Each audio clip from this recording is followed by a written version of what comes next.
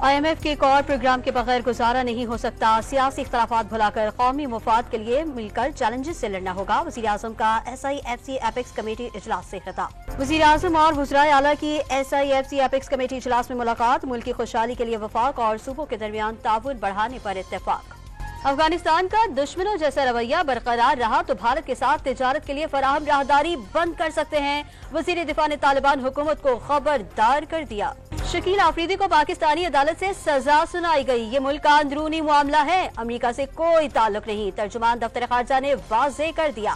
Donald لو کے بیان پر اسد مجید کو اپنا موقف دینا چاہیے، بیرسٹر گوہر سے ایک بار پھر اسد مجید کا بیان ریکارڈ کروانے کا مطالبہ کر دیا۔ سنم جاوید اور زلفی بخاری نے سینٹ الیکشن کے لیے کاغذات نامزدگی مسترد کرنے کا فیصلہ لاہور ہائی کورٹ میں قائم الیکشن ٹریبیونل میں چیلنج کر دیا۔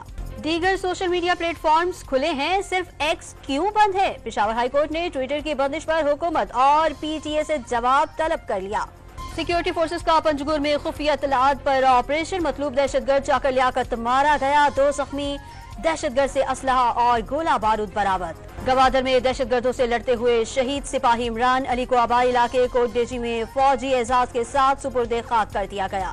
ڈیفنس کراچی میں کم عمر ڈرائیور نے کار سے موٹر سائیکل سوار پولیس اہلکار کو روند ڈالا، اہلکار چل بسا، حادثے کا ذمہ دار کم عمر ڈرائیور گرفتار۔